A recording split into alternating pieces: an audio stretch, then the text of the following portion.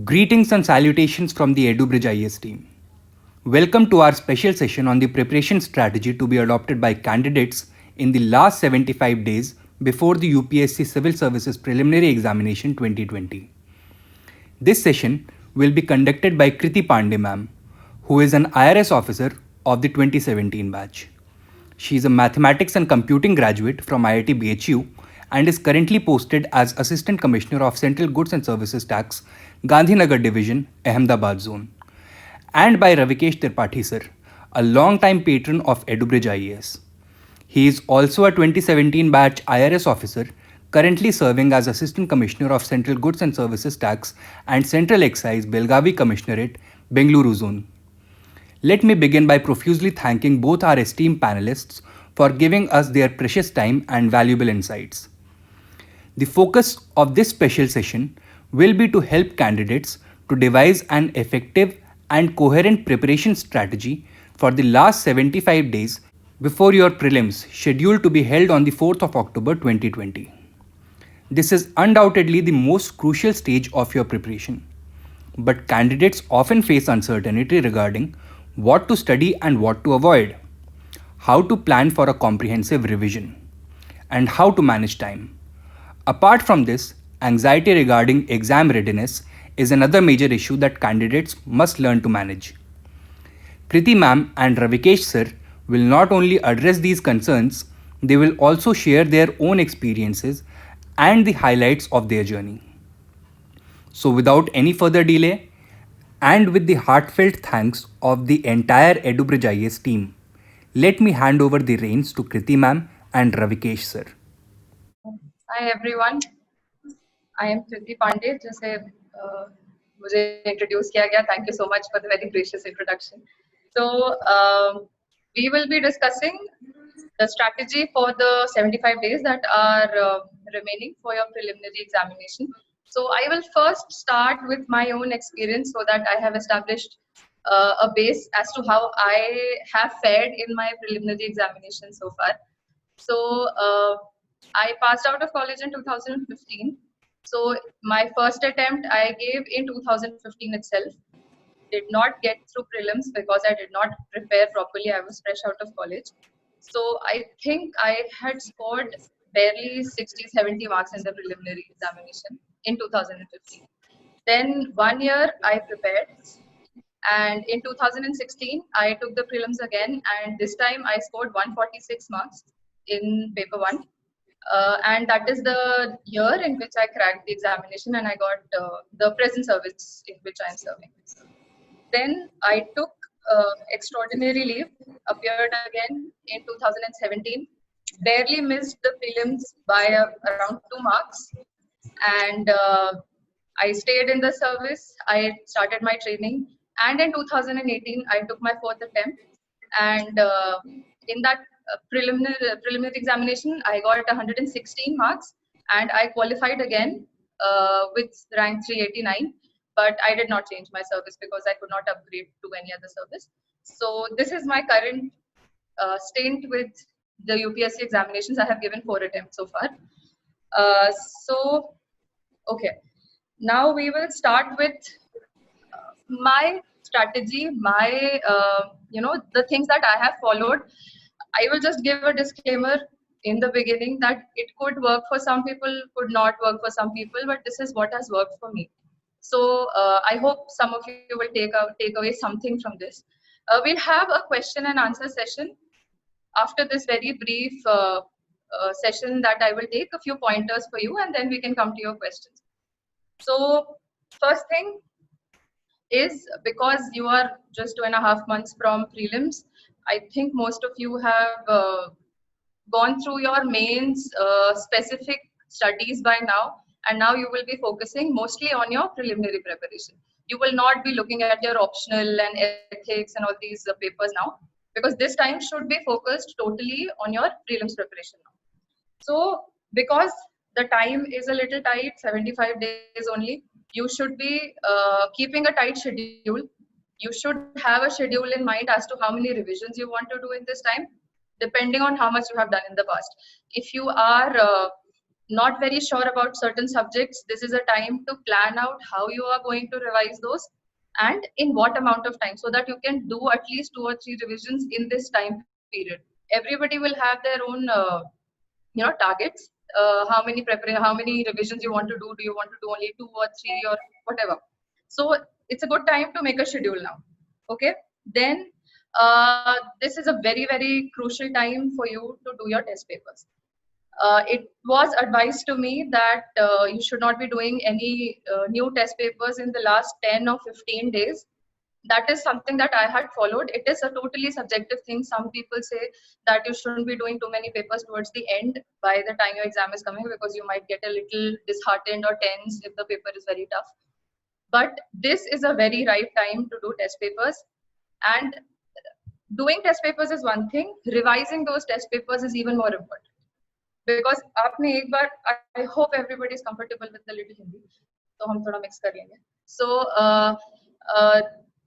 you do a test paper right now, आप करके छोड़ दोगे, it is not going to help you if you don't remember what questions you had got wrong or right in that paper.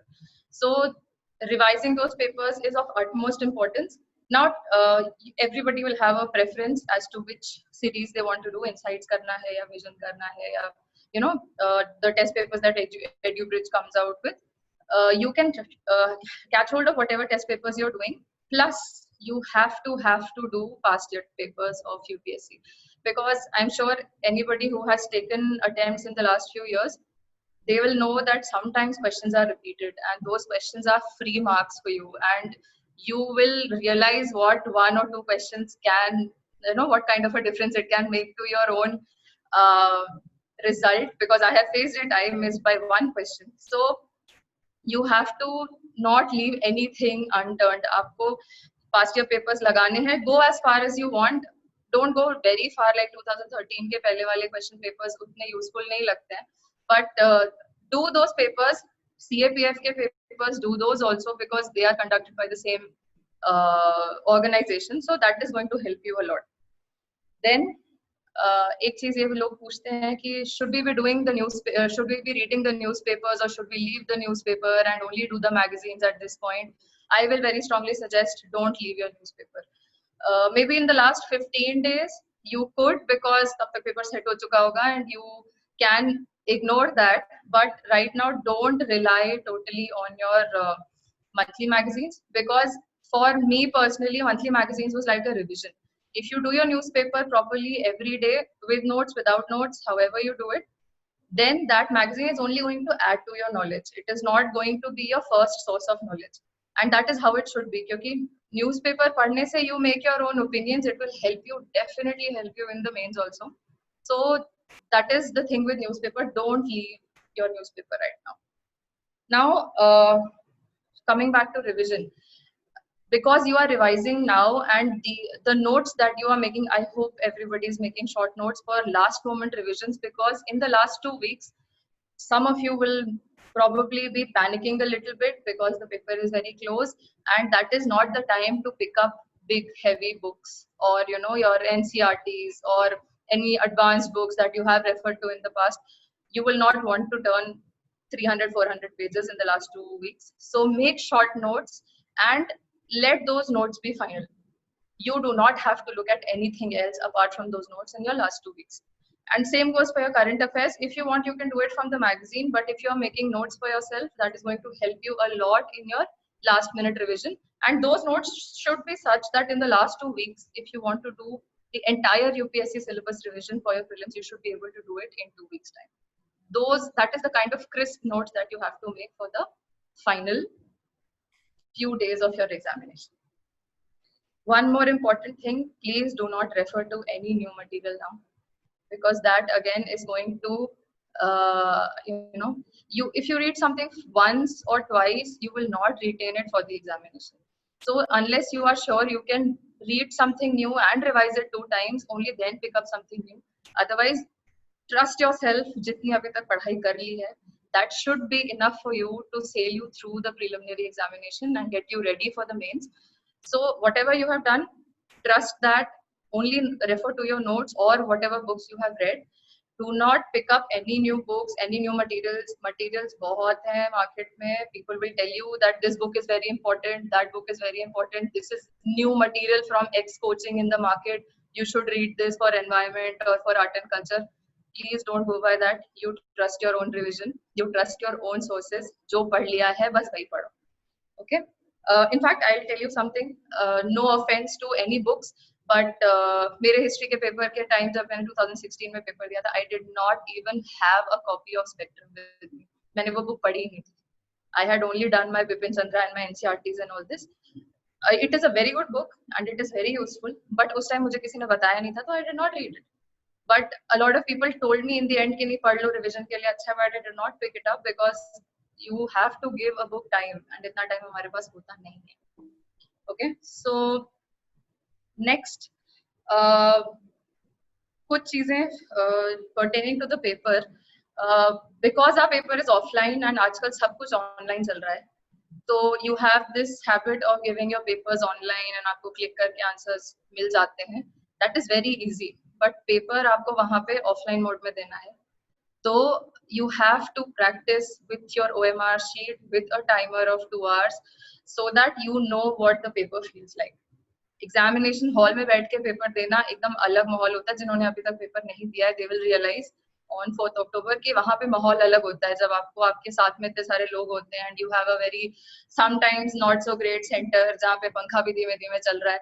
तो you have to understand कि वहाँ पे आपका psyche change हो सकता है, तो you have to be very prepared for that.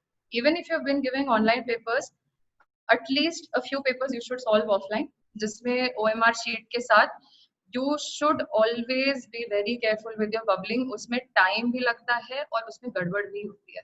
So this is a very small thing which sometimes people ignore, but I have had friends जिनके prelims इसकी वजह से रह गए because उन्होंने 15 का answer 16 में mark कर दिया और उसके आगे 4-5 answers ऐसे ही गलत हो गए because you did not pay attention to what bubble you are filling. तो ये गलती एग्जाम में नहीं होनी चाहिए बिकॉज देन कई महीनों तक नींद नहीं आएगी इसकी वजह से कि मैंने क्यों वो बबल गलत भरा. तो ये सब चीजें you have to be prepared for this. तो इसलिए अगर घर में अभी तो सब लोग घर में पेपर्स दे रहे हैं, टेक सम हार्ड कॉपी किसी भी पेपर की, take an OMR sheet, make an OMR sheet, नहीं है तो प्रिंट आउट निकाल लो and sit and fill the bubbles, make time for it. 2 घंटे में with maybe even 5-10 minutes to spare, you should be done with your bubble filling and your paper.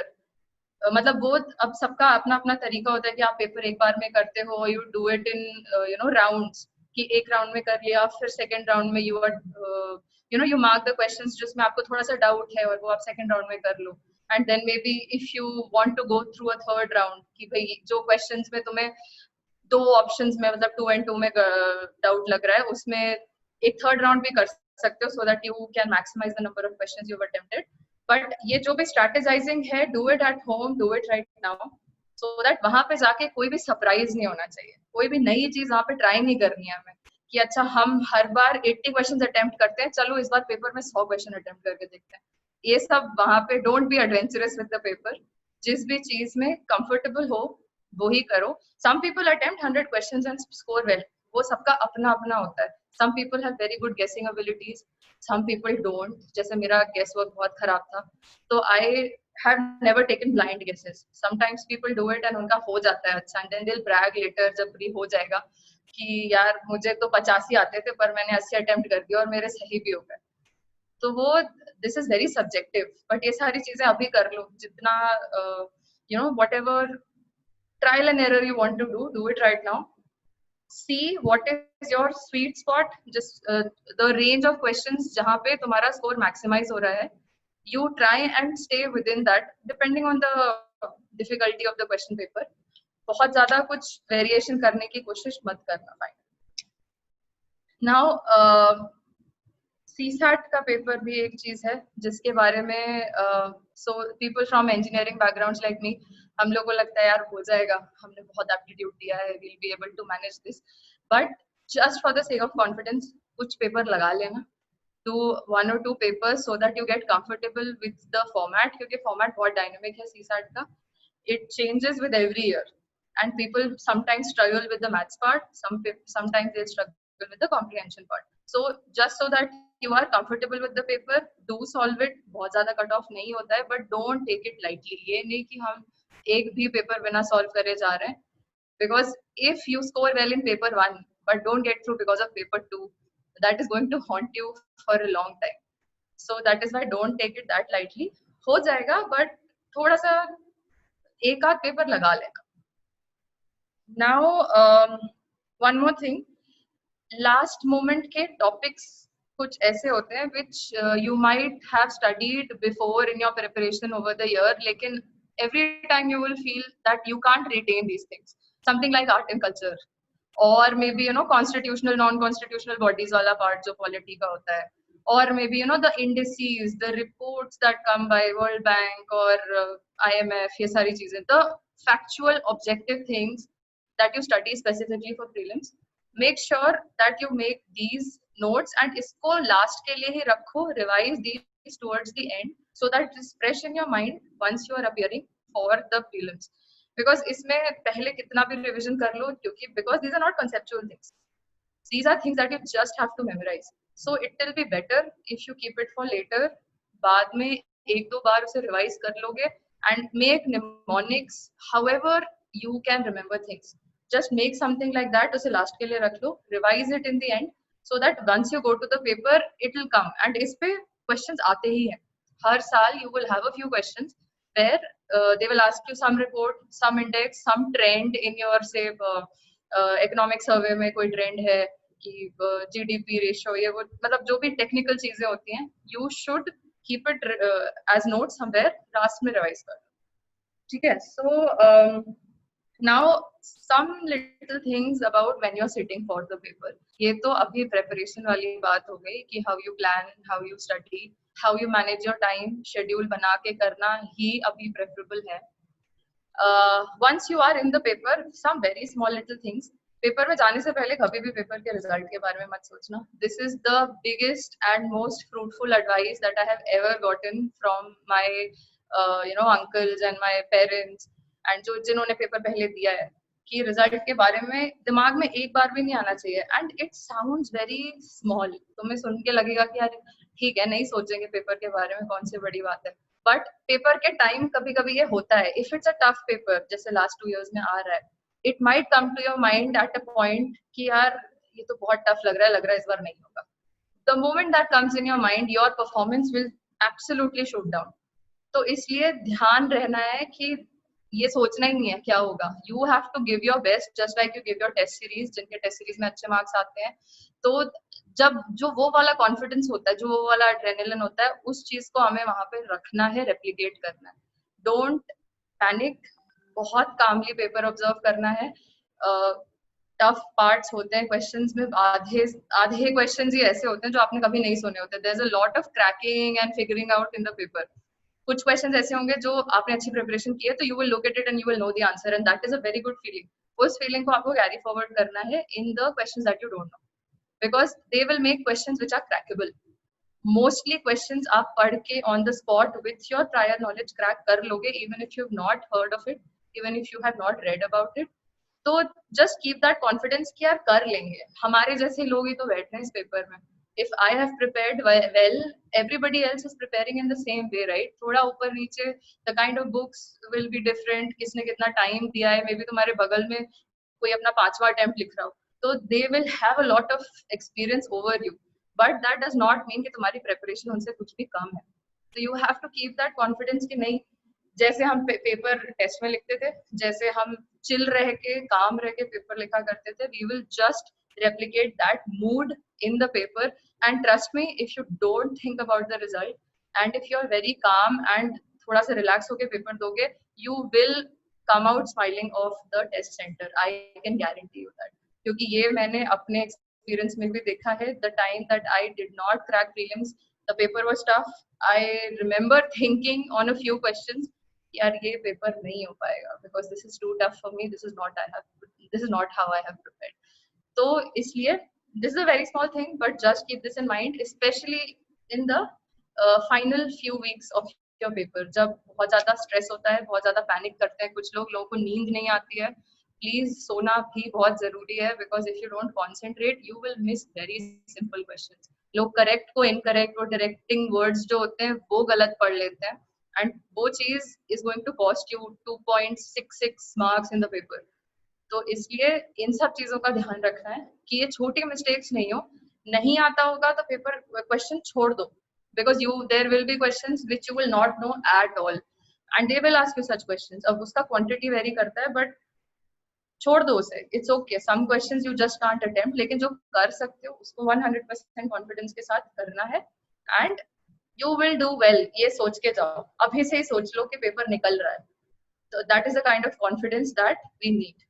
ठीक है, so this is, I think this is all from my side. अब I think we should just take questions, maybe Ravikesh. Just give me 5 minutes. I'll just add few of the हाँ, points. yeah. सबसे पहले तो सबको hi and hello and hope so सारे अच्छे कर रहे हैं. I know corona has created a big havoc for the entire nation and the society, and सब परेशान हैं. तो मैं दुआ करूंगा कि आप सब सेफ हों जहां भी हों. बट उसके साथ ही दो चीजें कहना चाहूंगा. पहली चीज दैट आपको बहुत सारे ऐसे फॉर्च्यून टेलर मिलेंगे कि अक्टूबर 4 को एग्जाम नहीं हो रहा. मैं बता रहा हूँ, तुम देख रहे हो कैसे कोरोना बढ़ रहा है, परसेंटेज ऑफ ग्रोथ देखा होगा, तो उनकी पूरी स्टैटिस्टिक्स और एनालिसिस हुई पड़ी होगी कि कोरोना की जो कर्व है वो अगस्त में पीक होगी, जुलाई में होगी, सेकेंड वेव अगस्त में आएगा. ऐसा करके वो पूरा आपको कन्विंस कर देंगे फॉर्च्यून टेलर कि भैया अक्टूबर में एग्जाम नहीं हो रहा. तो कृपया करके ऐसी अफवाहों को ना सुने. आप अपनी प्रिपरेशन करें, ध्यान से करें, और ये सोच कर करें कि 75 दिन या 80 दिन ही बचे हैं. That is why we are doing this seminar. This entire exercise is for that only. So we all had a discussion and we came to this point that you need to accept it that it's happening in 18 days. So don't get distracted by these people who will come up with their big analogy and theory कि possible ही नहीं है. मैं कैसे आऊंगा, flight नहीं चल रही, lockdown हो रहे हैं. So don't accept that. पहली पॉइंट ये. दूसरी चीज, एक जो कहावत होती है ना कि किसी चीज को दिल से चाहो तो वो कायनात भी मिलाने को कोशिश करती है टाइप्स. So UPSC की preparation आपकी anyways is like a same as lockdown. I think Kriti Pandey will also agree that while we were preparing, we all of were just having a lockdown. हमारे यहाँ कहावत होती है ना कि कमरा बंद पढ़ाई शुरू कर दो. That is how कि एकदम bolt your room and start studying कि भैया बाहर निकलना ही नहीं है. तो आपको कायनात वही दे रही है कि आपको कमरा बंद करके ही पढ़ना है. जब शौक से नहीं, जबरदस्ती कमरे बंद करके पढ़ाई करनी है. तो उसका फायदा उठाइए, कमरे बंद करिए और पढ़ाई करिए. डोंट पैनिक कि अरे मौका नहीं मिल रहा, ये नहीं हो रहा, वो नहीं हो रहा. आराम से पढ़ो यार. बंद है कमरे सबकी तरह, जैसे पढ़ाई चलती है. आपकी लाइफ में कोई चेंज नहीं है भाई साहब. Just agree to it and start studying. ये मेरी दूसरी पॉइंट हो गई. तीसरी चीज मैं बार बार कहता हूँ, कई लोग पूछते हैं, जो कि कृति ने भी काफी सही बोला कि न्यूज़पेपर बंद मत करिएगा. इसलिए बंद मत करिएगा, एक कि न्यूज़पेपर पढ़ने से आपको इंपॉर्टेंस पता चलता है कि कौन सी टॉपिक कितने दिनों तक बार बार न्यूज में कवर हो रही है. That is more important. Magazines में हार्डली आपको एक पेजेस में पूरी एनालिसिस होगी, बट न्यूज में वो पूरे महीने चल रही होती है. That shows how important the topic is. So you get to know the importance of a topic by reading in newspaper. That is one of the first thing. And second thing is कि mains तो देना है ना आपको. तो 3 महीने का piled up newspaper कब कवर करोगे? नहीं हो पाएगा. मेंस के बाद, प्री के बाद आपके पास टाइम नहीं है. So think in that terms also, that when you are reading newspaper, you are also preparing yourself for mains. So don't be in a way कि मैं बंद कर दूंगा. At least September 15 तक का न्यूज़पेपर आप लोग जरूर पढ़ें. दूसरी चीज एक और इम्पोर्टेंट है कि जो हम कह रहे हैं that is not a gospel of truth. जो है वही सत्य वचन है और इसके अलावा कुछ और नहीं होगा. आपके अपना तरीका हो सकता है, आपके अपने तरीके पढ़ने के भी हो सकते हैं, एग्जाम को अप्रोच करने के भी हो सकते हैं, वो बिल्कुल नया हो सकता है हमसे. So trust yourself. That is the point. We are just giving some points which may or may not suit you. हो सकता है मेरा 30% आपको सूट करे, कृति जी का तरीका कुछ आपको सूट करे, और हो सकता है बिल्कुल सूट ना करे. तो whatever you choose pick. That is my point. Don't follow it blindly कि एग्जाम के बाद कि अरे सर मैंने बिल्कुल वैसा ही किया जैसा आपने कहा था. अरे बिल्कुल वैसा मत करिए. जैसा आपको सही लगे वैसा करिए, जो आपको सूट करता है वैसा करिए. जैसे कि सिंपल सी एग्जाम तरीका है कि अगर आपको अच्छा लगे तो दिन में हाफ डे आप कोर सब्जेक्ट्स को दें और हाफ डे करंट को करें, जैसे मैं करता था. बहुत सारे लोग ऐसे हैं कि एक दिन में 3 सब्जेक्ट्स करते हैं. बहुत सारे ऐसे लोग हैं जो एक सब्जेक्ट करते हैं फिर करंट अफेयर अलग से करते हैं. So whatever suits you, you can do it. There is nothing right and wrong. point is that what makes you subjects interesting, what make you allows you to study, do that is acceptable, and that is I think the best way to go for it. So आप अपना comfort zone accept करिए और उसको पहचानिए. दूसरी चीज, regular रहिए. एक दिन की पढ़ाई, एक दिन 24 घंटे की पढ़ाई और 3 दिन सोने से 8 घंटे का एवरेज क्रिएट नहीं होगा. You have to make it 8 hours every day, because एक दिन के 24 घंटे में आप पढ़ेंगे तो सही, आप शायद अपनी किताबें और अपने वॉचेस में वो घंटे तो जोड़ लेंगे, बट बिलीव मी उसकी जो एफिशिएंसी होगी that will B low. So reading regular 6 hours, 8 hours, 10 hours, 14 hours, if you can do 24 hours, that is acceptable. But you have to be regular with that. 24 घंटे रोज हो सकता है क्या? I don't think so. मैं तो नहीं कर सकता, तो कोई भी नहीं कर सकता, तो आप भी नहीं कर सकते. तो नहीं कर सकते तो उतना ही करिए रोज जितना रोज हो सके. आपके लिए वो सैटरडे संडेज नहीं है. इसका मतलब ये नहीं है कि आपको हंसना नहीं है, 4 दोस्तों को एकदम भौकाल देना है कि अरे यार मैं बिजी हूं, मैं एग्जाम की तैयारी कर रहा हूं, मैं रेगुलर चल रहा हूं. कुछ नहीं करना. आपको बस अपनी पढ़ाई शिद्दत से 6 या 8 घंटे रोज करनी है, बस इतना ही करना है.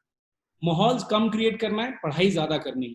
वरना आप क्या करते हैं, मम्मी रूम शांत करो, मुझे पढ़ाई में दिक्कत हो रही है, सर मैं कमरे में हूँ, लॉकडाउन में सब घर पे ही रहते हैं तो पढ़ने नहीं देते. इस तरह के बहाने मत दीजिए, क्योंकि एग्जामिनेशन में आप एग्जामिनेशन सेंटर पे बैठ रहे होंगे और स्कूल के बगल में सड़क होगी, वहां लोग आ जा रहे होंगे, और विश्वास करिए कि मैं मेंस दे रहा था और बगल में बैंड बाजा और शादी और बारात जा रही थी, और हमारे में से कई लोगों ने एक्सपीरियंस किया होगा. Now we can't do anything. We are in an ecosystem where schools are close to such kind of places, and it is nobody can control it. So you also don't have to get distracted by it कि बगल में TV चल रहा है, बातें चल रही तो मैं डिस्ट्रैक्ट हो रहा हूँ, और आप कंप्लेन कर रहे हैं कि अरे नहीं नहीं मम्मी घर में एकदम पिन ड्रॉप साइलेंस है, पापा भी डर डर के चल रहे हैं कि कहीं आवाज ना आ जाए कुछ की बेटे की पढ़ाई में दिक्कत हो जाए. तो माहौल मत बनाओ यार, शांति से पढ़ाई करो. Let the disturbance be. Try to adapt that kind of a thing. That will be better for exams also. Because examination के सेंटर में बगल में बारात भी चल रही हो ना, तो आपका पेन चलते रहना चाहिए. Because believe me, if your pen stop you will be paying for it in some way और द अदर वे. तो ये सत्य है, तो आप एक्सेप्ट कर लीजिए. तो बेटर है कि बहाने ना दें और शांति से कमरे में बैठ के पढ़ाई करें, और थोड़े कम टैंट्रम्स के साथ. ये एसी नहीं चल रहा और ये नहीं चल रहा, वरना काफी एरियाज में बहुत जबरदस्त गर्मी होगी और पता नहीं आपकी पंखे की स्पीड भी कितनी होगी, ये भी आप गेस नहीं कर सकते. तो बेटर है कि वो थोड़े शौक थोड़े कम कर लीजिए. बाकी चीजें, टेस्ट पेपर लगाइए. टेस्ट पेपर लगाने का मैं बार बार एक ही चीज कहता हूं, उद्देश्य मार्क्स नहीं होना चाहिए. आप लोग पता नहीं क्यों, मुझे आज तक नहीं समझ में आता, कई लोग कहते हैं मेरे मार्क्स 60 आ रहे हैं, मेरे मार्क्स 100 आ रहे हैं, जिनके 100 आ रहे हैं वो खुश हो जाते हैं, जिनके 60 आ रहे हैं वो गम में हो जाते हैं. बिलीव मी, किसी का कोई भी पेपर अगर कोई लगाने से, कोई भी टीचर, कोई भी एजुकेशन इंस्टीट्यूट या कोई भी इंसान आपको ये कह दे कि इस पेपर में आपने इतना ले आया तो इसका 100% गारंटी है कि आपकी यूपीएससी हो जाए, ऐसा कोई नहीं है. If somebody cannot say that, then why you are trusting or motivating or demotivating yourself from that paper? आपको अपने उस पेपर से इंडिपेंडेंट रहना है. अगर आप अच्छा कर रहे हैं, that is something good. You should be happy about it, but you should not be over confident about it, because इसका मतलब ये नहीं है कि आपने पेपर क्वालिफाई कर लिया. सेम गोज फॉर दैट, अगर आप उसमें खराब कर रहे हैं तो जस्ट अ टेस्ट पेपर, तो आपको दुखी नहीं होना है, आपको फिर भी खुश रहना है कि कोई बात नहीं, मैं कर लूंगा, it's just a paper. Objective, आपका उद्देश्य आपका सिंपल सा एक ही है, लर्निंग प्रोसेस. जैसा कृति जी ने बिल्कुल सही कहा कि पेपर देके सीखने की कोशिश करिए कि गलतियां कहाँ करी है, मिस्टेक्स कहाँ हुए हैं, इन सब चीजों पे फोकस करिए, ना कि इस पे कि मेरे मार्क्स ज्यादा थे या मार्क्स कम थे. I think that will not be a right approach to do the papers.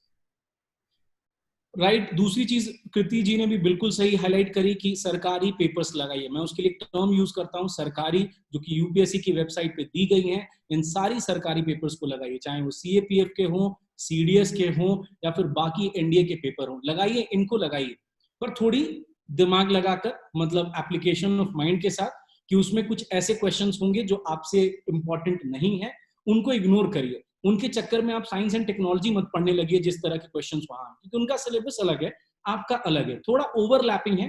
That is why we are doing that question. Question का अप्रोच क्या है, इसके लिए हम ये पेपर्स कर रहे हैं. तो अगर पॉसिबल है तो आप दूसरा पेपर लगाइए, बट थोड़ा एप्लीकेशन ऑफ माइंड के साथ. उनको देख के डरिए मत कि अरे यार इसमें तो वर्ल्ड हिस्ट्री के क्वेश्चन है, मैंने तो किए नहीं है, क्योंकि आपके सिलेबस में नहीं है, इसीलिए आपने नहीं किए हुए. तो डरिए मत कि अरे इसमें तो ये पूछा जा रहा है, मुझे तो पता ही नहीं है रशियन रेवोल्यूशन का, प्री के लिए तो मैंने पढ़ाया नहीं, क्योंकि प्री में आपके नहीं आता है ना. तो आप उन सब चीजों को लेके पैनिक मत करिए, थोड़ा सा अपने आप को डिफरेंशिएट कर पाइए।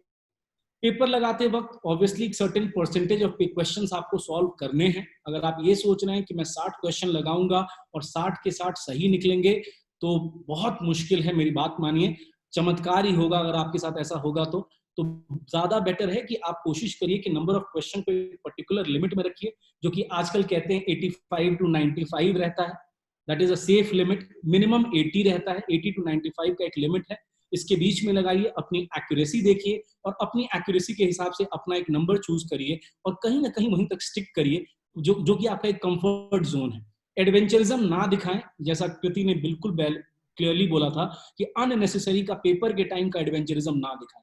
बाहुबली बनना है तो प्रैक्टिस में बनना है, पेपर के दिन बाहुबली नहीं बनना है। पेपर के दिन एकदम सामान्य बेवकूफ इंसान बन के जाना है, अपनी बेसिक स्ट्रैटेजी बनानी है और उसी स्ट्रैटेजी को फॉलो करना है। That is a better way to, more predictable way to qualify. That is what I think. I'm not saying कि उस दिन आप कुछ नहीं कर सकते, आप कर सकते हैं, but better way, more sustainable and more predictable way is कि उस दिन अपनी used, practiced way ही अपनाएं। दूसरी चीज एक और है कि पेपर में क्वेश्चन जब आप देखते हैं तो आपको एक टर्म उसमें ऐसा दिखेगा जो आपने कभी सुना ही नहीं है, तो आपको लगेगा अरे ये तो मेरे सिलेबस में नहीं था। फिर आप अपनी पढ़ाई को क्वेश्चन कर लेते हो कि मैंने वो बुक पढ़ी ही नहीं होगी। विश्वास मानिए, आपके नहीं, आपके बगल वाले ने भी नहीं पढ़ा है और उसके बगल वाले में भी नहीं पढ़ा है और दूसरे सेंटर पे जो बच्चे बैठे हैं उन्होंने भी वो नहीं पढ़ा है। ये हमारे साथ हर बार होता था कि हिस्ट्री के कुछ ऐसे क्वेश्चन होते थे जो देखते हो तो हम कहते थे ये कौन सी बुक में है भाई, गांधी जी ने ये कब किया, तो हम भी देख के शॉक हो जाते थे, हमने नहीं पढ़ा है। उस पेपर के बाद आपको लोग बताएंगे कि अरे तुमने देखा नहीं क्या, उस बुक में लिखा तो था उस पेज पे, पर उससे पहले हार्डली 80-85% लोगों ने उसे नहीं देखा होता था। तो इस पेपर को सॉल्व करने का दो ही तरीका है, एक तो आप पैनिक कर जाएं और कहें कि भैया मैंने पढ़ा नहीं है तो छोड़ दो। दूसरा तरीका होता है कि आप थोड़े ठंडे दिमाग से सोचें कि इसका आंसर क्या होगा। बिलीव मी, या तो आंसर आपको चमक जाएगा और नहीं चमकता है तो कोई बात नहीं, छोड़ दीजिए, बट पैनिक मत करिए। और दूसरी चीज, पैनिक करके क्वेश्चन पूरा ना पढ़ने की गलती मत करिए। कई बार मैंने देखा है स्पेसिफिकली इकोनॉमिक्स में क्वेश्चन लिखा होगा दैट एग्रीकल्चर में कैपिटल इनपुट क्या है। अब ऐसी कोई हेडिंग नहीं है और ऐसा कोई पढ़ाई नहीं हो रहा होता कि आपको बताएंगे कि tractor is a capital input और not a capital input, but आपको क्वेश्चन पढ़ना है, थोड़ा दिमाग लगाना है और आंसर्स पे आना है। तो आराम से उसको पढ़िए, ठंडे दिमाग से, तसल्ली से, और उसको आप आंसर करिए। आंसर्स के पढ़िए, ऑप्शंस को भी वैसे ही दिल लगा के पढ़िए, ऑप्शंस में भी आपको कई बार आंसर्स दिख जाते हैं। So that is a better way to solve paper. दूसरी चीज एक और ये भी है कि पेपर में जब आप प्रैक्टिस कर रहे हैं ना, तो शक्तिमान नहीं बनना है कि मैं पेपर 45 मिनट में सॉल्व कर देता हूं, मैं 1 घंटे 15 मिनट में सॉल्व कर देता हूं। तो आपके बगल में एक होंगे भाई साहब जिनको मिस्टर एक्स बोल लेते हैं। अब ये मिस्टर एक्स आपको 30 मिनट में पेपर सॉल्व कर देते हैं क्योंकि ये बहुत डूड है, बहुत समझदार है, बट आपको उनकी तरह नहीं बनना है। क्यों? क्योंकि मिस्टर एक्स एग्जाम लिखने भी नहीं जाएंगे।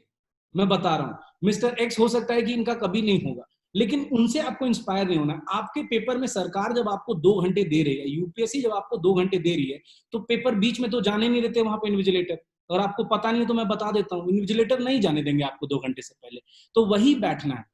तो अगर आप पेपर जल्दी सॉल्व कर लेंगे ना, तो मैं बताता हूँ आप क्या करेंगे, आप फिर से अपने क्वेश्चंस को रिपीट करना शुरू करेंगे और तब आपको अननेसेसरी की गलतियां दिखनी शुरू हो जाएंगी। आप अपने ही मार्क्ड क्वेश्चन को डाउट करना शुरू करेंगे। तो बेटर है कि start practising to solve your paper at least in 1.5 hours to 1 hour 45 minutes. That is the optimum time you should take. Make a practice to take that much of time. Once you start taking that much of time, paper में जो खाली time मिलेगा ही नहीं और वहां बैठ के आपको अननेसेसरी पैनिक करने का समय भी नहीं मिलेगा। इसका मतलब ये नहीं कि इतना धीमे हो जाएं आप कि 2 घंटे और 2.5 घंटे में सॉल्व कर रहे हैं कि मैं हर क्वेश्चन को अच्छे से देखता हूं, इतना भी ध्यान नहीं देना है। वहां पे आपको आज भी बबल करना है, तो आपको उसके लिए 15 मिनट का टाइम रखना है।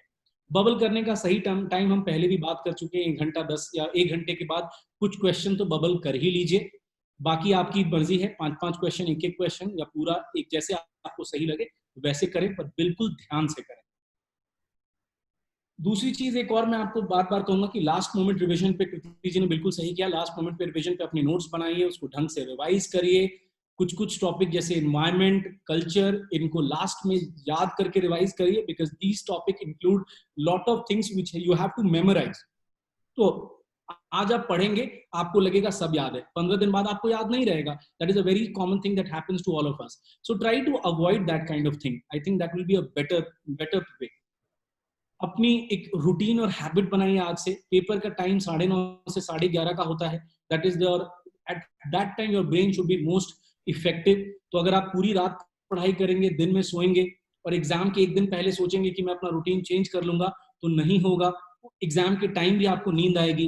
तो कोशिश करिए कि एटलीस्ट एग्जाम से 25-30 दिन पहले, they say that you need 21 days to change your habit. So at least 21 days before, try to make a schedule where you are active or at least awake mentally from 8 in the morning till 5 or 6 in the morning. ताकि आपको कम से कम paper के time आप यौन ना कर रहे हो, नींद ना आ रहे हो, और बाकी लोगों का सुझाव आएगा कि रेड बुल की जरूरत ना पड़ रही है. तो सामान, make a habit. I think that will be a better way to make yourself more active. That make it a routine at least 21 or 30 days before. Rest, अपनी नेगेटिव्स का ध्यान रखिए. कोशिश करिए कि कोविड के में भी नेगेटिव रहिए और एग्जाम में भी कम से कम नेगेटिव करिए. तो दोनों चीजें साथ साथ होती रहेंगी. और बाकी तो I think mostly Kriti has already covered. So this is all from my side. Stay safe, and if you have, I think if Kriti, if you want to add any other point by the time in the discussion, so you can. Yeah, I think you have covered everything very comprehensively. जितना हमारे combined experience से I think यही सब निकल के आता है कि we have given enough attempts to know कि हाँ what are the things that can go right or can go wrong. So I think अगर इन सब चीजों का ध्यान रख ले कोई, तो I don't think there should be any reason why you don't do well in the examination. So just keep these things in mind, and like you said कि बहुत subjective चीज है, maybe not everything applies to you. नहीं कुछ लोगों को actually red bull की जरूरत पड़ जाती है. आई रिमेम्बर मुझे भी आइडिया दिया था किसी ने कि नहीं सुबह रेड बुल पी के जाना, but everything aside, all jokes aside, ये सब फॉलो करेंगे तो यू विल डू वेल यार. मतलब इसको इतना लोड मत लेना.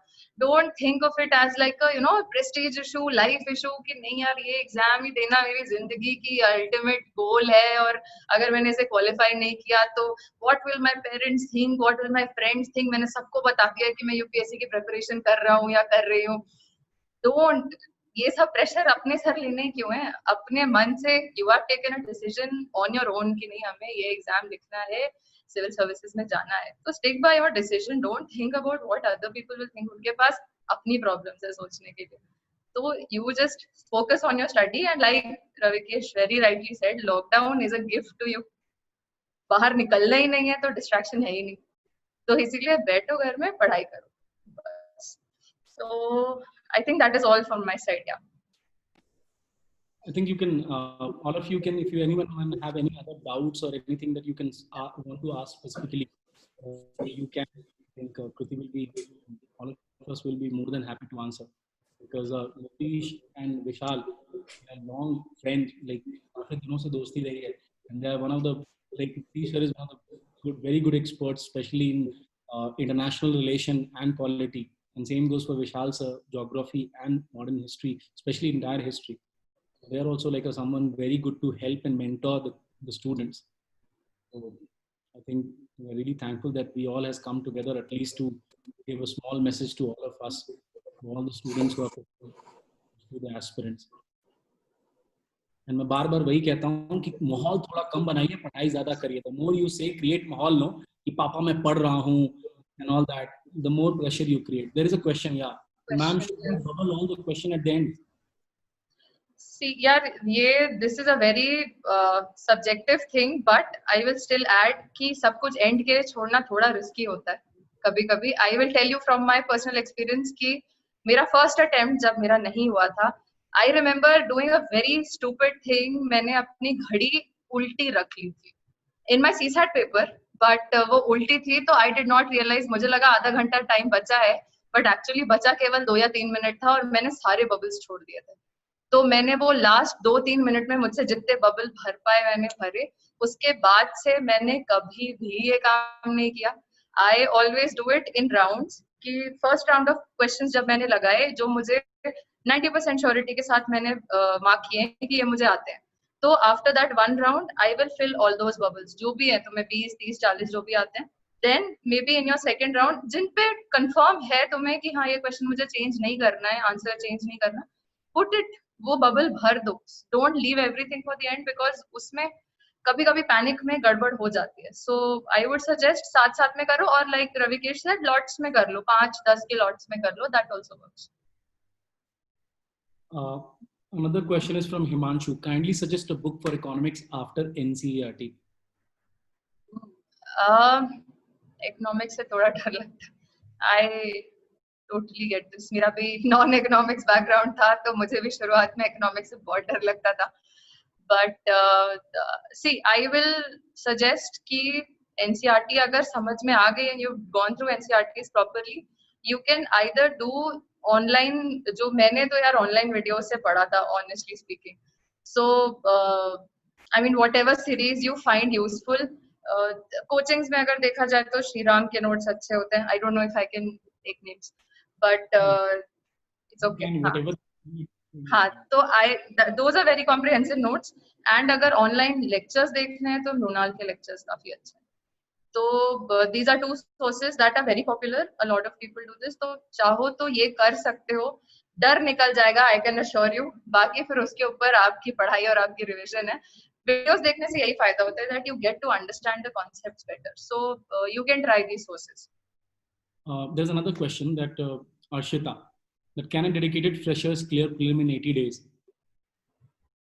Okay, fresher का मतलब क्या है? इसके पहले तक पढ़ाई नहीं करी है या फर्स्ट अटेम्प्ट है? बिकॉज फर्स्ट अटेम्प्ट है तो बिल्कुल क्लियर कर सकता है. मतलब if you have been consistent with your studies so far, in 80 days you can do your entire revision even 3 times if you plan properly.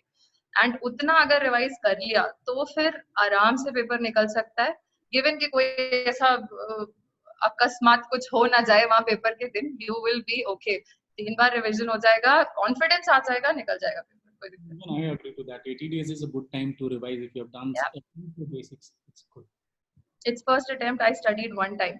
हाँ, so if you have studied it only once, तो फिर you will have to really gear up in this last 80 days, क्योंकि बहुत सारा revision करना पड़ेगा. एक बार पढ़ के चीजें याद नहीं होती, समझ में आ जाती हैं जब पढ़ रहे हो, लेकिन रिटेन करने के लिए you have to do multiple revisions. So you will have to plan very carefully कि इस 80 days को एकदम ऑप्टिमली यूज करना है, सारे टॉपिक्स कवर करने हैं, छोड़ना कुछ भी नहीं है.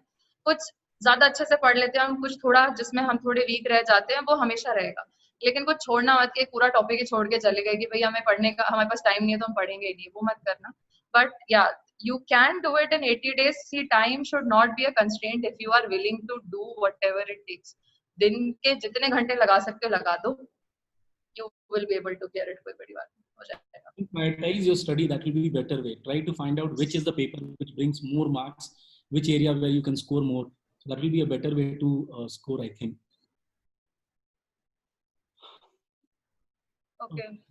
Ma'am, study is really very much important to get used to for online studies, because due to COVID, even newspaper, classes and magazine all are available online only. And I'm finding it difficult to get accustomed to it. Okay. इसमें basically point is see that you have to get accustomed to this new way of learning online. Now आपको लगेगा कि मैं सुन रहा हूँ कैसे है. Best way is that while you are listening, even our lectures, don't just listen like a ज्ञान. ये कोई आपका मतलब सत्संग नहीं चल रहा. तो आप सुनेंगे, believe me, 1 घंटे में आपको बहुत सारी चीजें काम की मिलेंगी. बट जब तक आप ये पेंसिल उठा के या पेन उठा के लिखना नहीं शुरू करेंगे, nothing will come to your mind. So better way is that whenever you are learning, सिर्फ स्लाइड्स के या चीजों के भरोसे मत रहिए. स्लाइड्स मिल जाएंगी, ठीक है. Then also start writing. I think that is a better way to get accustomed to online learning, because once you will start listening, keep writing. The moment you will start writing, things will start getting registered in your mind. That is a better way to get online classes को अपने दिमाग में register करना या याद करने का better तरीका है. Rest, I think. Kruti, there is another question. I have not been through with the newspaper. Can I rely on magazines? Okay. So if you have newspapers, तो कोई बात नहीं. अभी से maybe you can be regular with your newspapers even from now. अभी से लेकर at least 15 September तक. Definitely rely on magazines, because magazines really help you summarize whatever has happened in the entire month. And also बहुत अच्छा revision होता है magazine से. It tells you the background also and the way forward also. तो I would suggest अभी से at least regularly पढ़ लो newspapers, because like Ravikesh said, mains भी तो लिखना ही है हमें, और मेंस बिना न्यूज़पेपर के नहीं हो पाता है, at least for opinion formulation. So be regular from now on and do your magazines properly. Sir, I'm getting more or less between 90 to 105 slab how to increase mark. So you have to do the proper analysis where you are doing the mistake. You are doing mistakes in the very basics questions like history का, quality का, basics में गलती कर रहे हो, current affair में गलती कर रहे हो, या फिर तुम question को किस level पे गलती कर रहे हो, कि क्या तुम question के answers को पहले proper differentiate कर पा रहे हो. Like वो होता है ना कि 4 में से 2 को हटा दिया, फिर 2 में गलती करी, या फिर चारों में से एकदम अक्कड़ बक्कड़ बम्बे बो खेल दिया तुमने. तो किस तरीके की गलती हो रही है, first you have to identify that areas. Why? And there is two kind of mistake that student do. One is because of lack of knowledge you are doing mistake. Now that is not a big trouble. तुम ज्यादा पढ़ोगे, आराम से marks increase हो जाएंगे. Another kind of mistake is that while attempting paper, lot of people will say कि मैं मुझे पता था तब भी मैंने गलती कर दी, मैंने पढ़ा था तब भी मैंने गलती कर दी. तो ये वाला problem is a bigger problem, I would say. So then you have to do a complete analysis कि exactly आप पेपर बनाते वक्त क्या गलती करते हैं या फिर कैसे मिस आउट कर रहे हैं. So try to find out first where you are doing mistake. If it is lack of knowledge, not a big deal. 2-4 किताबें बार बार पढ़ोगे चमकेगा. But अगर पेपर लगाते वक्त गलती हो रही है, so then you have to make more concentrate on your questions, read questions properly, try to illuminate properly, try to develop that practice of understanding that what the question actually asking for. Correct incorrect वाला गलतियां देखिए. तो I think that will be a better way to increase mark, right? Pandey, there is another question for you. I have one more. How to create interest in history? What to do first? Yeah, see, history में क्या है? I understand it's a vast subject, and आपका ancient, medieval, modern तीनों उसमें, and plus post-modern, post-independence वाला. So अभी I will say it is not exactly the time to try to create interest. अभी तो यार जो पढ़ना है वो पढ़ना है, जो सिलेबस में है तुम्हें वो पढ़ना ही है, चाहे इंटरेस्ट आए चाहे नहीं आए. तो you will have to categorize ancient में क्या पढ़ाई करनी है. एनसीईआरटी देख लो तो समझ में आ जाएगा कि क्या क्या पढ़ना है, ठीक है. फिर उसके बाद medieval, people are always on the fence about medieval कि पढ़ना है नहीं पढ़ना है, कभी क्वेश्चन आ जाता है कभी नहीं आता है. तो I leave it entirely to you. Honestly मैंने बहुत ज्यादा नहीं पढ़ा था, बट वी वर लकी क्योंकि हमारे टाइम पे क्वेश्चंस नहीं आए थे. But you might not be that lucky, और अगर पूरा छोड़ के चले जाओ और उसके 2-3 क्वेश्चन आ जाए तो बाद में बुरा लगेगा. So don't entirely leave it, पढ़ जरूर लेना. मॉडर्न में आई थिंक इंटरेस्ट का प्रॉब्लम नहीं होना चाहिए. मॉडर्न हिस्ट्री लोगों को इंटरेस्टिंग लगती है because that is something that you know about a little bit. तो मॉडर्न एंड पोस्ट मॉडर्न ये दो चीजें. तो पोस्ट मॉडर्न में तो इतना आई डोंट थिंक क्वेश्चंस आते भी हैं फ्री में, बट मॉडर्न तो काफी आते हैं. एंड मॉडर्न इंडिया अच्छे से पढ़ना होता है बिकॉज उसके कुछ ऐसे भी क्वेश्चंस वो पूछ लेते हैं कि अगर आपने डिटेल में पढ़ाई नहीं की होगी तो आप वहां पे गड़बड़ कर सकते हो. तो हिस्ट्री के लिए तो यार you have to now use brute force कि लेके बैठना है और पढ़ना है बस. अब ये मत सोचो कि अच्छा लग रहा है नहीं लग रहा है, बस पढ़ो. मेरे लिए तो मैं एक तरीका बोलता था, क्योंकि मैं पढ़ाते वक्त भी हिस्ट्री यही बोलता था कि हिस्ट्री को आप प्रेशर लेके मत पढ़िए कि मोटी सी एक बिपिन चंद्रा उठा ली और सरदत्त बना दिया कि इसको खत्म कैसे करेंगे 300-400 पेज. तरीका क्या है कि सोने से पहले कहानियों की तरह पढ़िए. बार बार पढ़ेंगे दिमाग में धीरे धीरे चमकना शुरू हो जाएगा. तो रोज उठाइए 10-15 पन्ने जैसे ब्रूट फोर्स के साथ जबरदस्ती 15-20 पन्ने कंज्यूम करिए और सो जाइए. याद करने का लोड मत लीजिए, बस बार बार पढ़ते रहिए. धीरे धीरे I think it will, you will start. Another way is that if you start looking things into from question perspective, why Gandhi, what is satyagrah, why Buddha, like Buddha का आइडिया है क्या, रियल लाइफ में क्या है. थोड़ा real life से अगर connect करेंगे, पेंटिंग्स को अपने उसकी पिक्चर्स देखेंगे, उसके बारे में जानेंगे, तो थोड़ा अगर रियल लाइफ से कनेक्ट करेंगे ना तो इंटरेस्ट डेवलप होता है. कि अगर हिस्ट्री में अगर आप पढ़ रहे हैं तो आप उसको कहीं और रेफरेंस के पढ़ें, सिर्फ किताबों में ही नहीं, बाकी रियल लाइफ में भी कहीं से पढ़ें तो थोड़ा इंटरेस्ट आना शुरू होता है. That is another way to. जैसे कि अगर आप आर्ट एंड कल्चर में कुछ देख रहे हैं, if you are looking into Khajuraho, if you are looking into Ajanta, go and search for pictures, go and look into that how I can travel to that place. Then you will develop an interest and it will remember in you will remember also. There is another question. Which subject you chose for optional? मेरा optional sociology था, so it has nothing to do with prelims preparation. There are so many views about how to cover current all around. Could you please suggest how to consolidate current affairs? Yeah, see, like we said, current affairs में सबसे your first point of contact with current should be your newspaper always. सबसे पहले newspaper करो, उसके बाद you go to your magazines. Now making notes for newspaper, like I said, बहुत subjective चीज है. I used to do it in the starting, फिर मुझे time नहीं मिलता था तो मैंने करना छोड़ दिया था. Now it could go both ways. कुछ लोगों के लिए न्यूज़पेपर के नोट्स बनाने का बहुत फायदा भी होता है प्रीलिम्स में, because you get a lot of questions from newspapers and जिन्होंने अच्छे से पढ़ा होता है, डिटेल में पढ़ा होता है, उनके नोट्स फायदा मिल जाता है. But that is up to you. If you can retain and revise with your magazines, then you don't need to make notes. अगर लगता है कि नहीं मुझे नोट्स बनाने चाहिए न्यूज़पेपर के, don't give too much time to it कि 3 घंटा लेके बैठे हैं न्यूज़पेपर और उसके नोट्स बनाने में. Don't give that much time to it. Newspaper पढ़ो, make very short notes, scribble कर लो, make a separate notebook for it, and उसमें add करते रहो. Like Ravikesh said, there are some things which will appear over a few days. तो हर रोज जो भी नया आ रहा है वो बस उसमें ऐड करते जाओ, तो you will at the end have sufficiently detailed notes जो कि आप बाद में रेफर कर सकते हो before your exam. बाकी your magazines should suffice. And कभी-कभी बहुत obsolete प्रीलिम्स में बहुत ऑब्सोलीट क्वेश्चंस आते हैं करंट के, तो उसके बारे में you don't have to think. मतलब इतना हम नहीं कवर कर सकते कि हम 5 साल के करंट अफेयर्स पढ़ के चले जाएं. तो you can only do so much. 1 साल का अच्छे से पढ़ो, हो जाएगा. बस थोड़ा नोट्स का you will have to see, do you need to make notes? If you do, make quick notes, otherwise do your magazines. So there are many questions being asked in the last 2 years, like they're asking question in depth, which we don't come across in general book, how to tackle those. And similarly, in mains, there are questions which are asked in earliest mains optional, are now being asked in GS mains, how to prepare comprehensively for such question. Now, सबसे पहले pre के लिए इस तरह के questions के लिए मैं आपको dishearten नहीं होने के लिए इसलिए बोलूँगा, क्योंकि अगर आप ये भी देखेंगे तो एक जमाने में कट ऑफ 116 थी और अभी कट ऑफ 98 गई है.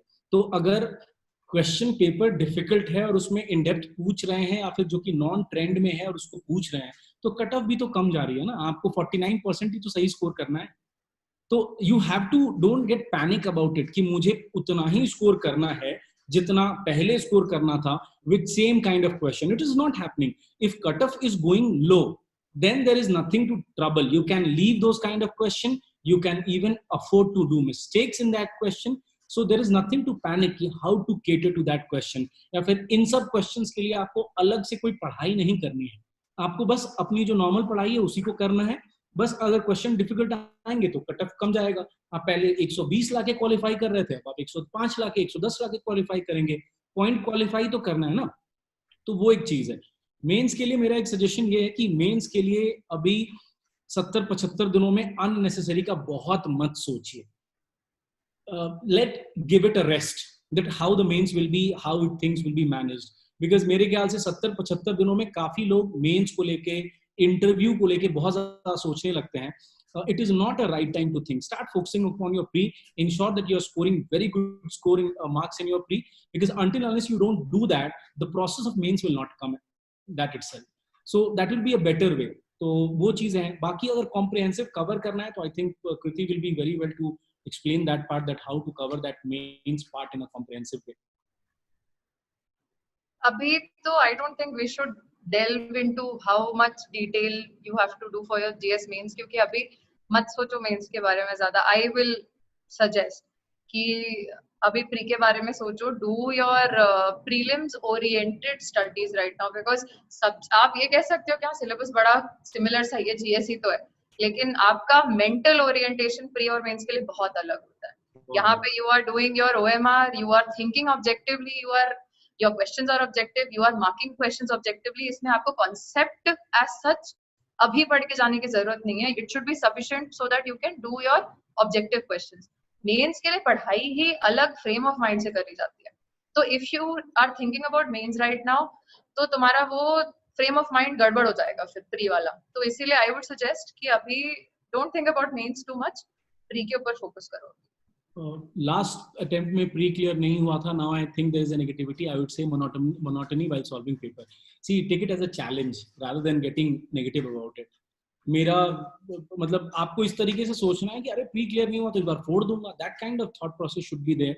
और ठीक है 3-4 महीने की थोड़ी मेहनत है, but I think you should think more positive way कि पेपर को इस बार और अच्छे से लाना है, मेंस को लिखना है, मेंस लिखना is a very good process, you enjoy while writing mains, so just do for that, like keep that as a motivation. That is I think a better way to keep yourself positive.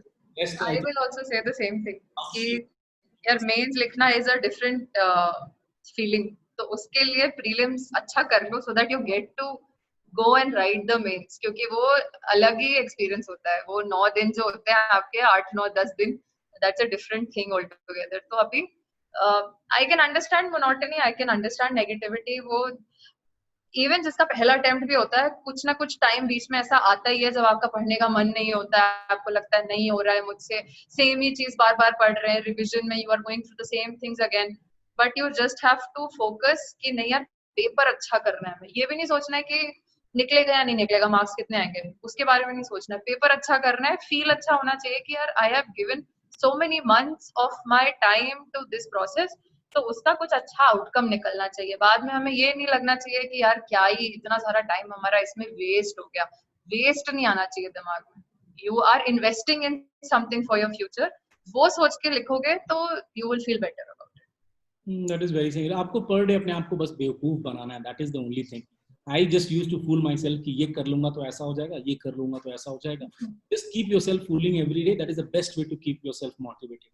आज ये इसलिए कर रहा हूँ because पापा खुश होंगे, आज ये इसलिए कर रहा हूँ बिकॉज आइसक्रीम खाने को मिलेगा, आज ये इसलिए कर रहा हूँ, खुद को बस चीट करो. That is the best way to motivate yourself. Sir, if we study online paper and laptop, can we make notes in the word file or we need to write notes with pen and notebook only? Word पे बनाओ यार, क्या जरूरत है, क्या कमी है. इसके लिए लिखने की प्रैक्टिस होनी चाहिए, प्री के लिए कोई जरूरत नहीं है, आप आराम से नोट बनाइए. And everybody is, I think, even I used to make notes on word file. Everybody makes these days. Maybe you are also making notes on word हाँ, I have used Evernote also. वो snippets निकाल के Evernote में save कर रहे हैं, सब तरीके से पढ़ाई करिए. You can do whatever suits you. जो सही लग रहा है वो करो. Because pen paper से लिखने में बहुत टाइम लगता है, तो there is no point of unnecessarily putting so much of effort. बस मेक श्योर जो भी ऑनलाइन वर्ड पे फाइल बना रहे हो, वर्ड फाइल लैपटॉप में ही ना रह जाए, वो वापस खुलनी चाहिए. उसे रिवाइज करना बहुत जरूरी है, वरना कॉपी करके पेस्ट करना बहुत आसान होता है, क्योंकि कॉपी पेस्ट करते जा रहे हैं.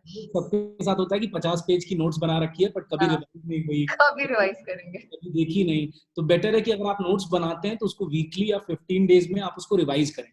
Then only you will be revising whatever you are studying. एक और चीज मेरी, अब से लेके 75 दिनों के अंदर आप जो भी पढ़ रहे हैं, आप उसी को पढ़िए जिसको आप पेपर के टाइम रिवाइज कर पाएंगे. Otherwise don't study. Don't start something which you can not revise और रिमेंबर और प्रोड्यूस इन द एग्जाम. अगर आप जो भी प्रोड्यूस कर सकते हैं एग्जाम में, उसी को पढ़िए. अगर आप नहीं प्रोड्यूस कर सकते तो माफ करिए, उसको मत पढ़िए. That is a better way. I think so all the doubts are clear. So Kriti, you want to add anything else? नहीं यार, I think I am good. बाकी यार all the best to all of you.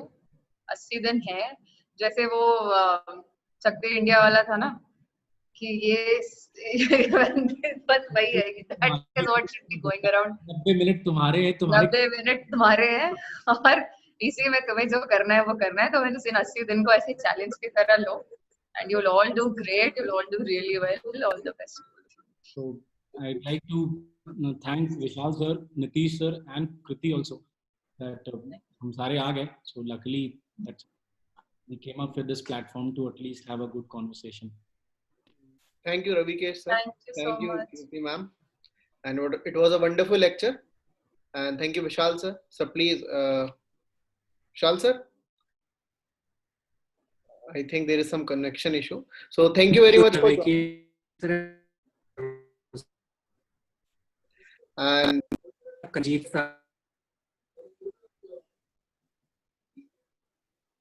there is some network issue, I think. Vishal. some network issue. So There's some network issue, I believe, on my side. now you are audible, sir. Achha.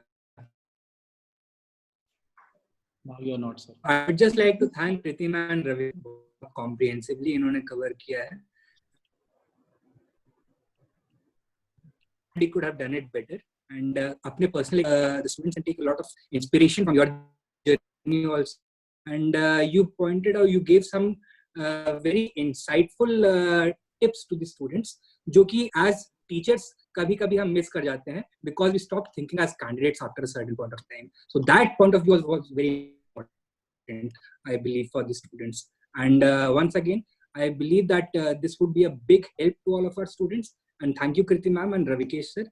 Big thank you to both of you once so again. much for having me here. Thank you, Ravikesh, and thank you, आप दोनों को भी, EduBridge IS को. Thanks, yaar. Thank you. Okay, thank you everyone for joining. Thanks.